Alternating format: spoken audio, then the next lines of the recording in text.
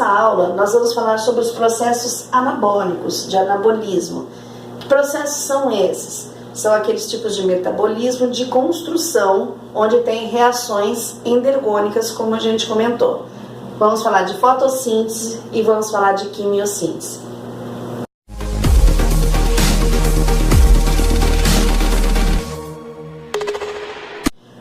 O anabolismo, o primeiro processo que a gente vai ver dele vai ser a fotossíntese. Fotossíntese é um processo autotrófico, como a gente já tinha comentado. O processo autotrófico é aquele de produção de alimento. Não podemos esquecer que é um processo formado por reações endergônicas. Então são reações que precisam entrar energia no processo para que aconteça, porque os reagentes não têm energia própria. E da onde vem essa energia na fotossíntese? Da luz solar. Então é a partir da luz solar é que vai entrar energia para que desencadeie todo o processo. É realizado por seres clorofilados. O que seria isso? A clorofila é um pigmento verde, é o pigmento que absorve a luz solar e ajuda que o processo ocorra. Que tipo de seres vão fazer? Plantas, algas, bactérias fotossintetizantes e cianobactérias. Então são esses seres clorofilados que vão fazer a fotossíntese. Com exceção das bactérias fotossintetizantes, os outros seres vivos que a gente citou aqui usam o gás carbônico que a gente tem na atmosfera e a água que tem no solo ou no ambiente que eles estão para formar carboidratos. Normalmente esse carboidrato é a glicose e libera oxigênio no final do processo. A fórmula básica da fotossíntese que a gente usa para esses seres, tirando as bactérias fotossintetizantes, é 6 moléculas de gás carbônico, mais 12 moléculas de água. A luz absorvida pela clorofila, a luz solar absorvida pela clorofila, desencadeia todo esse processo.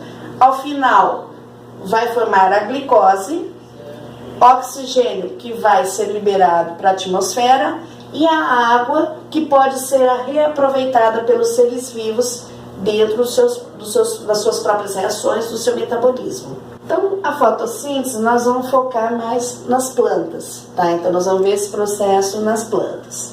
Onde ocorre o processo de fotossíntese? No cloroplasto, tá? O cloroplasto é uma organela que a gente vai encontrar nas plantas, tem várias delas dentro das células. E esse cloroplasto, ele possui 2 membranas, uma que eu chamo de membrana externa, membrana interna. Essas bolinhas verdes, a gente chama o conjuntinho delas de grana, elas são formadas pelo tilacoide. E o que seria isso?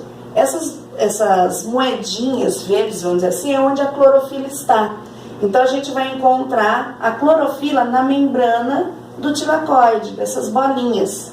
Então é aí que a gente vai encontrar a clorofila que absorve a energia solar para o processo de fotossíntese acontecer. Entre essas granas aqui que a gente tem, essas moedinhas de clorofila, nós temos uma espécie de uma gelatininha, que é o estroma. Então elas estão mergulhadas nessa gelatina, formando então o nosso cloroplasto. Ele vai dar aquela cor esverdeada, tem vários deles, né? Vai dar aquela cor esverdeada para as folhas das plantas que a gente conhece. Elas ficam normalmente espalmadas, né, viradas para o sol, para tentar receber o máximo possível de energia solar para poder desencadear o processo de fotossíntese tão importante para as plantas. A fotossíntese ela é formada por 2 etapas. A primeira etapa a gente chama de fotoquímica, alguns chamam de etapa no claro, a gente vai chamar aqui de fotoquímica. O que quer dizer isso? Química são as reações químicas que ocorrem no processo, foto em presença de luz solar.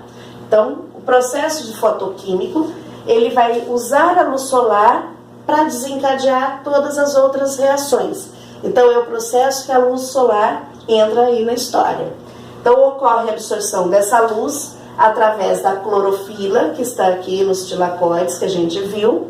Na membrana deles, especificamente, vai ter essa absorção pela clorofila. Essa primeira etapa fotoquímica, ela é formada pela fotólise da água inicialmente. O que seria essa fotólise da água? Lise significa quebra, foto em presença de luz. Então a água ela é quebrada na presença da luz. Então o que vai acontecer? A clorofila ela absorve a energia solar e ela fica extremamente excitada. Tão excitada que ela libera os seus elétrons. Essa energia absorvida que excita a clorofila, ela faz a quebra da molécula de água. Vocês estão vendo? 2 moléculas de água serão quebradas, seus componentes são separados, liberando oxigênio para a atmosfera. O hidrogênio ele fica altamente energizado por essa energia toda que a clorofila absorveu. E os elétrons, eles saltaram da clorofila por causa de tanta energia. Então eles também estão altamente energizados. Então são 2 componentes com muita energia que veio da luz solar que a clorofila absorveu. Aí o que vai acontecer? Eu tenho que trabalhar com essa energia que estão dentro desses 2 componentes. Então vai entrar em ação o NADP, que a gente viu lá atrás, falando daquela substância que carrega os hidrogênios. O NADP, ele vai pegar os hidrogênios, tá? E junto com os elétrons, e vai carregar para a membrana do tilacoide, onde está ali, onde a gente tem a clorofila, ele vai carregar. Só fazendo uma colocação, esse 2 aqui não tem, tá? Foi colocado de forma incorreta, então ele não tem essa indicaçãozinha aqui, tá? Então o que aconteceu? O hidrogênio, ele foi carregado pelos NADPs e os elétrons nessa membrana do tilacoide. A membrana do tilacoide, ela é formada por fosfolipídios e proteínas, como a gente conhece, como a gente já viu. Ela é lipoproteica, como todas as outras membranas que a gente tem. Nessa membrana do tilacoide, a gente vai ver que tem aqueles, vamos dizer assim, formado por algumas proteínas diferenciais que ficam ali no meio, tá? Essas proteínas, elas vão formar a cadeia transportadora de elétrons, onde os elétrons serão liberados, eles vão saltando essas proteínas como se fossem degrauzinhos dentro da membrana. Conforme eles vão saltando, eles vão liberando energia. Essa energia vai ser utilizada para impulsionar o hidrogênio através da proteína estrutural que a gente tem na membrana, e ele vai passar por essa proteína. Quando ele passa por essa proteína, porque ele vai cair no estroma, na parte interna ali do nosso cloroplasto, ele vai circulando, essa proteína, ele vai passando de um lado para o outro, e conforme ele vai circulando, é como se ele girasse uma turbina. Lembre naquelas turbinas de hidrelétricas que a gente tem, que a água passa e circula, é o mesmo processo, ele vai circular e vai fazer o quê? Com que essa turbina gire e ele passa de um lado para o outro e ele vai circulando. Com isso, vai liberando energia. Então esse processo vai fazendo a liberação de energia, tanto do elétron como do hidrogênio, e aí o que vai acontecer? O ADP vai se unir ao fosfato e formar o ATP, aquela molécula que guarda a energia dentro dela, naquela última gavetinha. Então vocês perceberam? Foi tirado da água os seus componentes básicos e da clorofila altamente energizados, e nessa membrana, o que aconteceu? A energia foi retirada deles e colocada dentro do ATP para a gente poder utilizar, ou no caso, os vegetais poderem utilizar. Então, essa energia gerada, foi como eu coloquei aqui para vocês, gerada pelos elétrons, força o hidrogênio a passar pelas proteínas, vão cair ali no lumen, naquela parte interna, tá? Que a gente tem aquela formação gelatinosa. Quando lota de hidrogênios, eles vão ter uma tendência a voltar, e aí passam por essa proteinona, já passaram por ela, voltaram por ela, a gente chama ela de sintetase de ATP. E aí, essa grande geradora de energia, ou libertadora de energia, vai girar formando os ATPs. Qual é o resultado desse processo? 18 ATPs, que é a quantidade suficiente para ocorrer a segunda etapa. Vão formar 2 na ADP-H2, que são esses hidrogênios estavam aqui circulando, eles vão ser reaproveitados na segunda fase. Os elétrons, depois que eles pulam por esses quezinhos, que são proteínas carregadoras deles, aí, vamos dizer assim, quando eles acabam de pular aqui, eles retornam para a clorofila e equilibram novamente a clorofila. Ela perdeu seus elétrons, ela recebe e se equilibra novamente. E aí a gente termina essa primeira fase, a fotoquímica, a gente termina com quantidade de energia suficiente para a segunda fase acontecer. Então nós vamos para a segunda etapa, que é a etapa química. A etapa química, ela já não precisa mais da luz. Ela é em sequência da etapa fotoquímica. A fotoquímica usou a luz para poder ter a energia suficiente para ocorrer o segundo processo, ou a segunda etapa, tá? Essa etapa ela é chamada de ciclo de Kelvin-Benson, que foram os dois pesquisadores que estudaram, que desenvolveram essas fórmulas, essa indicação do que acontecia na fotossíntese. Então, o que acontece na etapa química? A incorporação do gás carbônico a uma substância que é chamada de 1,5 bifosfato de rubilose. Então, é uma substância que a gente tem ali dentro do nosso cloroplasto, acontecendo ali. E aí o gás carbônico ele vai ser incorporado a essa substância. O que vai resultar dessa incorporação? 2 moléculas de gliceraldeído 3-fosfato, que a gente chama de pigal. Além de regenerar, isso aqui que vai acontecer? Formou esse pigal, vai regenerar 6 moléculas da rubilose que a gente viu ali. Então o que vai acontecer? Gás carbônico vai se unir essa rubilose, vai gerar o pigal, que são 2 moléculas que a partir delas será formado o carboidrato básico, e no final essa rubilose ela vai ser regenerada. Tudo isso acontece com o auxílio de uma enzima chamada de rubisco, que vai reiniciar o processo. Então esse processo não para, tá? Ele é chamado de ciclo porque ele continua enquanto a gente tiver a energia necessária, que veio da fotoquímica, para ele acontecer. Então olha só a representação do processo. 6 moléculas de gás carbônico, tá? Isso está acontecendo no estroma do cloroplasto, naquela parte gelatinosa do cloroplasto. Então, são absorvidos esses 6 moléculas de gás carbônico. E aí, o que vai acontecer? Essas moléculas elas vão se alterando no processo. Eu coloquei aqui para vocês que é uma forma resumida de mostrar esse processo.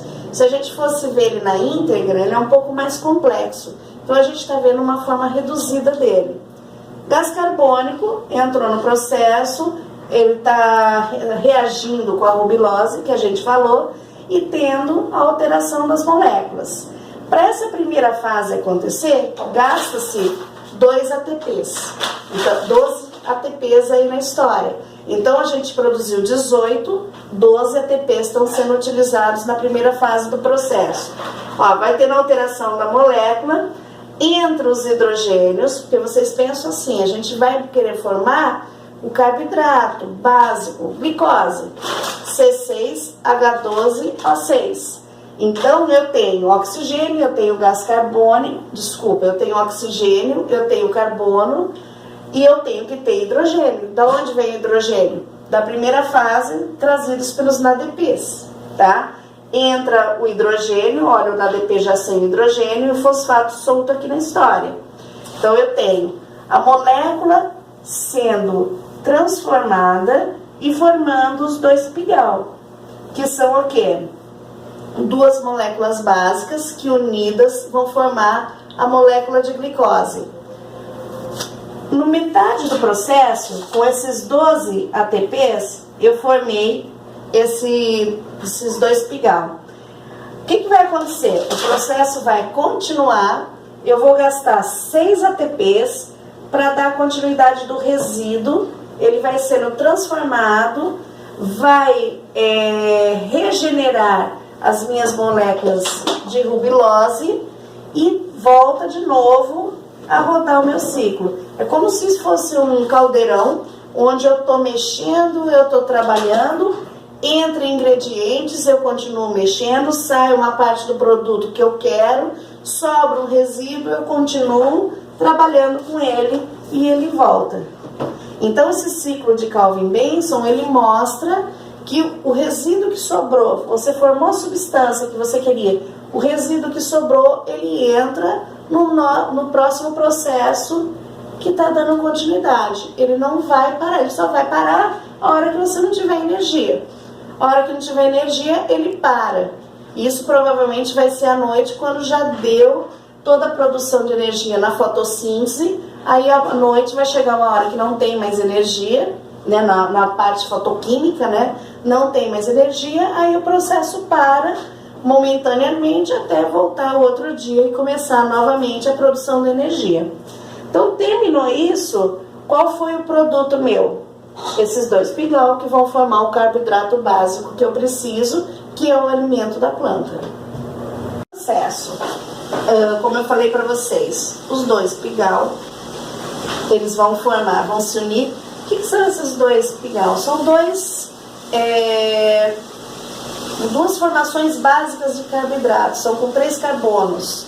Você vai juntar os 2, você vai ter uma glicose, C6H12O6. Então você juntou esses 2 e você tem a glicose. Produzem picadinhos, vamos dizer assim, para depois poder juntar e formar a molécula básica nossa ali. Vocês perceberam que gastou toda a energia, gastou os 18 ATPs foram gás, primeiro 12, depois 6 para terminar o processo, 12 até produzir isso aqui, 6 para terminar o processo. E aí a gente teve a formação da glicose. O que acontece com essa glicose agora? Essa glicose, ela vai para a mitocôndria para gerar energia, porque isso aqui é um alimento da planta, então ela produz o alimento dela e esse alimento vai gerar energia. Percebe como é diferente da gente? Nós vamos ter que pegar o alimento lá fora, né, pegar essa glicose, esse carboidrato básico lá fora, produzir, e com ele produzir energia. A planta não, ela produz o alimento dentro dela e aí essa glicose vai para a mitocôndria para gerar energia. Vai se acumulando, vai usando a glicose, mas ela também vai acumulando no cloroplasto, porque são processos rápidos e vai acumulando no cloroplasto. Se ao final do período não foi utilizado essa glicose que ficou acumulada no cloroplasto, ela vai ser unida formando amido, então vai grudar um monte de glicosezinhas, vai formar o amido, e esse amido ele vai ser guardado dentro do amiloplasto, que é uma organela de reserva da planta. Então produziu energia, ficou em excesso, vai ser guardado na reserva da planta, que é o amiloplasto, é onde ficam os amidos guardados ali. Então, uma observação que eu coloquei para vocês, ocorre a produção do alimento, que é a glicose, tá? Que vai gerar o quê? A energia para a célula. Então, por que a planta produz a glicose? Porque ela vai gerar energia. Então, a planta é autossuficiente. Produz o seu alimento, que vai gerar energia para ela no final da história. Então, ela produz uma quantidade de energia inicial só para desencadear o processo. Da onde vem isso? Da luz solar. No final, você tem um alimento que aí sim, na mitocôndria, vai gerar uma grande quantidade de energia para ela poder ter as atividades normais na célula. No processo de anabolismo, né, processo anabólico que a gente tem, é a quimiossíntese. Como eu falei para vocês, é um processo autotrófico de produção de alimento. Quem faz quimiossíntese? Bactérias e arqueas, são aquelas bactérias primitivas, né? Como que ocorre esse processo? Esses seres vivos, vamos dizer assim, produzem substâncias orgânicas, que é o alimento deles, a partir da energia que é liberada por reações oxidativas de substâncias inorgânicas simples que tem no ambiente. Tradução disso que eu falei para vocês. Elas produzem o alimento delas através das substâncias inorgânicas que tem no ambiente. Fazendo um comparativo com a fotossíntese. Para ocorrer a produção do alimento da planta, a planta precisa tirar energia da luz solar, faz toda aquela fase fotoquímica que a gente viu, produz energia e a partir dali ela consegue, na fase química, produzir o alimento. Esses seres são mais simples do que uma planta. Então o que eles vão fazer? Eles vivem em locais que você tem várias substâncias inorgânicas. Então elas quebram essas substâncias inorgânicas, libera energia, com essa energia elas constroem o alimento delas. Então é um processo mais simples do que a fotossíntese. E não usa luz solar. O que vai usar? As substâncias inorgânicas simples que tem no ambiente, tá? Coloquei um exemplo para vocês terem uma ideia. As arcas metagênicas, tá? Que são essas? São bactérias, tem aquelas bactérias primitivas. E o que acontece? O que elas fazem? Elas produzem energia a partir de reação entre o hidrogênio, o gás hidrogênio, H2, mais o gás carbônico, e no final vai produzir o metano, que é o CH4. Então o que eles vão fazer? Eles vão reagir o hidrogênio com o gás carbônico e a partir dali, com um resíduo formado, libera o metano. Onde eu vou encontrar essas bactérias? Em ambientes pobres, em oxigênio, então são ambientes que a gente fala que é anaeróbico, tá? Que lugar é esse? Depósito de lixo, fundos de pântanos, tubos digestórios de animais. Então a gente vai encontrar essas bactérias nesses locais, que são locais que você tem várias substâncias, como a gente fala ali, inorgânicas, e elas podem, a partir da degradação disso, liberar energia e produzir seu alimento. Por isso que a gente vê em depósitos de lixo muito metano sendo aproveitado, a gente vê aquela chama queimando, metano, porque sai muito gás dali, e se acumular muito, ele pode até levar a uma explosão. Tem locais que esse metano ele é aproveitado, foram criadas pequenas usinas, e ele é aproveitado para gerar energia. E gera energia elétrica, inclusive para bairros. Então ele é um composto que dá para ser muito bem trabalhado para a produção de energia. E nesses lixões a gente encontra muito, nesses depósitos de lixo, esse tipo de bactéria que vai produzir esse metano no final. Então tudo isso elas fazem para gerar energia delas próprias, e essa energia elas vão produzir o alimento delas, que são o quê? Os carboidratos básicos. Olha a fórmula para vocês terem ideia. Gás carbônico reagindo com o gás hidrogênio vai produzir o metano, que é liberado para a atmosfera, água, que vai ser reaproveitada na célula, e energia. Essa energia vai servir para produzir carboidrato. Então, no sistema digestório dos animais, eu também encontro isso, essas bactérias fazendo esse trabalho, digerindo essas substâncias. Por isso que a gente vê a liberação de metano, que é o famoso pum, saiu metano aí na história. Então, vocês viram os dois processos anabólicos. Então, são processos de construção de substâncias, a fotossíntese e a quimiossíntese. Então, a gente viu que são processos de produção de alimento dos seres vivos envolvidos.